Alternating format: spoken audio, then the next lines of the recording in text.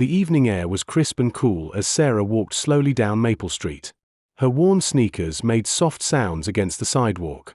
She pulled her thin jacket closer around her shoulders. The smell of dinner drifted from the warm houses she passed. Through lit windows, she could see families gathering around tables filled with food. Sarah's stomach made a quiet rumbling sound. She had not eaten since the small piece of bread she found that morning. Her mother was working late again at the factory. There would be no dinner waiting at home tonight. Or tomorrow night. Or the night after that. She paused in front of a grand white house. Soft golden light spilled from its tall windows. On the front porch, she could see a table set for 3 people. A man in a dark suit sat at one end. His hair was perfectly combed. His shoes gleamed in the light. Across from him sat a small boy. The boy looked to be about 8 years old. His face was sad and distant. Between them was a woman with long blonde hair. She wore a beautiful red dress. The table was covered with plates of food. Roasted chicken. Fresh vegetables. Warm bread. More food than Sarah had seen in months. But something was wrong with this picture. The little boy sat perfectly still. He did not touch his food. He did not speak. His eyes stared down at his plate without seeing it. The woman tried to encourage him to eat. The man looked frustrated and tired. Sarah moved closer to the porch. She could hear their voices now. "Thomas, please try to eat something," the woman said gently. Her voice was kind but worried. The man sighed deeply. "He hasn't said a word in 3 months, Rebecca. Not since the accident. The doctors say there's nothing physically wrong with him. But he just won't talk." The little boy named Thomas continued to stare at his untouched plate. His small hands rested in his lap. He seemed lost in a world far away from the dinner table. Sarah felt her heart squeeze with sadness. She knew what it was like to feel alone. She knew what it was like when words felt too heavy to say out loud. She also knew what it was like to be hungry while watching others eat. Before she could stop herself, Sarah found herself walking up the front steps of the porch. Her legs felt shaky. Her mouth felt dry. But something inside her pushed her forward. The man looked up as her footsteps creaked on the wooden boards. His eyebrows raised in surprise. "Can I help you, young lady?" Sarah's cheeks burned with embarrassment. She almost turned and ran away. But then she looked at Thomas again. His sad, quiet face reminded her of her own reflection in the mirror. "Sir," she began, her voice barely above a whisper, "I was wondering, if I could help your son talk, would you maybe give me your leftovers?"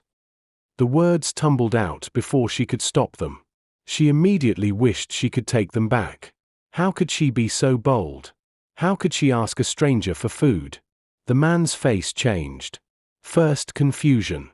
Then something that might have been anger. But as he looked at Sarah more closely, his expression softened. He saw her thin frame. Her worn clothes.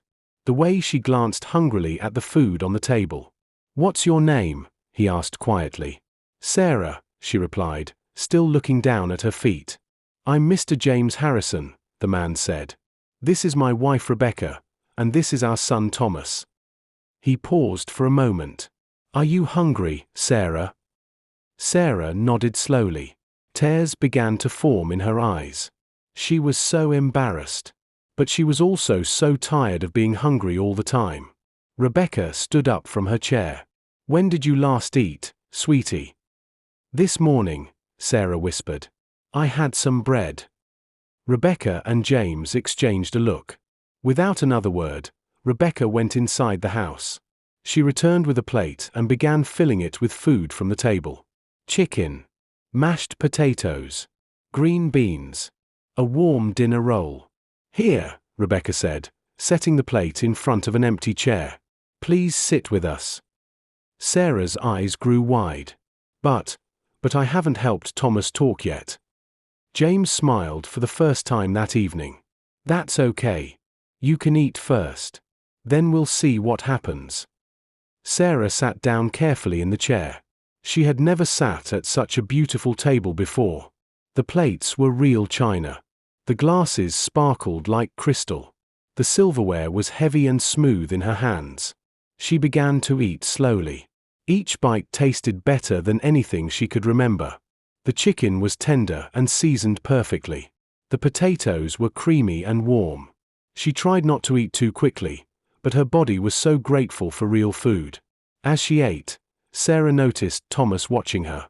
For the first time all evening, his eyes had lifted from his plate. He seemed curious about this strange girl who had appeared on his porch. Sarah swallowed a bite of chicken and looked directly at Thomas. "You know," she said softly, "I used to be quiet too. After my dad left, I didn't want to talk to anyone for a long time." Thomas's eyes focused more sharply on her face. "I thought if I didn't say anything, maybe he would come back," Sarah continued. "Like maybe if I was really, really good and really, really quiet, he would remember that he loved me." Rebecca's hand went to her throat. James leaned forward slightly. Sarah took another small bite and chewed thoughtfully. "But then I realized something. Being quiet didn't bring him back. It just made me feel more alone. And when you feel alone for too long, it starts to hurt inside. Right here." She placed her hand over her heart. Thomas's small hand moved to touch his own chest in the same place.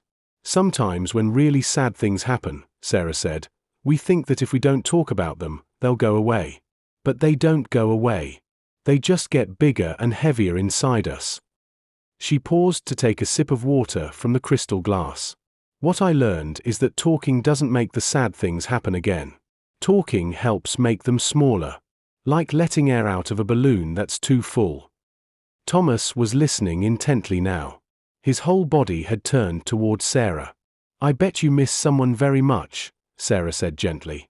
"Someone who can't come back. And I bet you think it's your fault somehow. But it's not. Sometimes sad things just happen, and it's nobody's fault at all." A single tear rolled down Thomas's cheek. His lower lip began to tremble.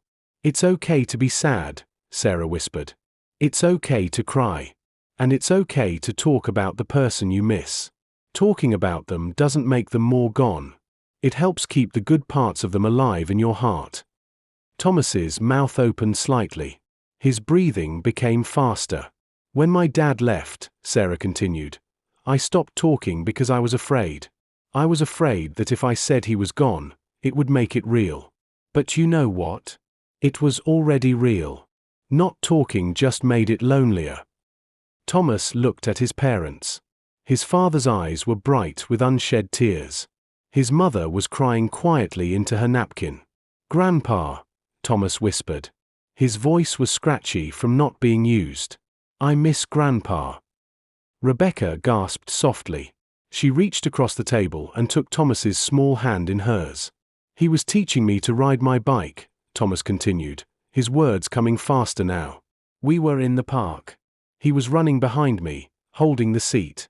Then I heard a loud noise. When I looked back, he was on the ground. He wasn't moving." James moved his chair closer to his son.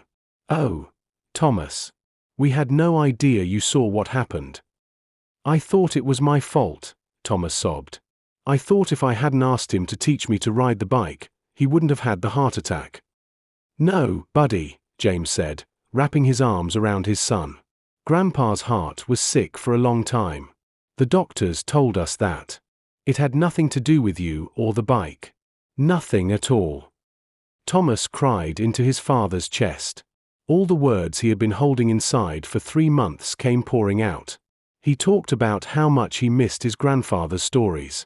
He talked about how scared he had been in the park.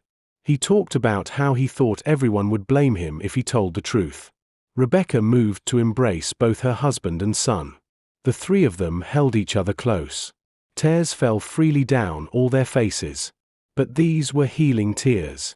Tears that washed away months of pain and silence. Sarah watched this family reconnect and felt warmth spread through her chest. It was better than the feeling of finally having a full stomach. It was the feeling of helping someone else feel less alone. After several minutes, James looked up at Sarah. His eyes were red but grateful. "How did you know?" he asked. "How did you know exactly what to say?" Sarah wiped her own eyes. Because I felt the same way once.